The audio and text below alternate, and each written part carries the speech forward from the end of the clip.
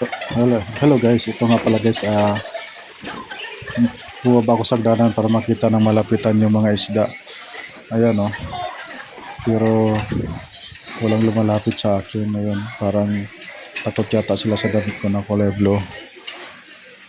Ayan, ayan, parang tanga lang ako dyan, walang lumalapit. Ayan oh. Kawawa naman yung bonjing. Pero ang daming isda dyan guys. Oh, kaway-kaway pa yung si bonjing oh. Oh, yan, daming isda o tuna oh. Gusto ko na nga sanang habulin kaso lang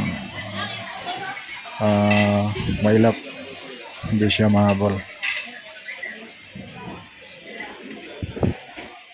Pero hindi ako nainip na mag-antay kasi alam ko may lalapit dyan eh. Yung iba kasi maamo, kumikis-kis-kis sa paa mo.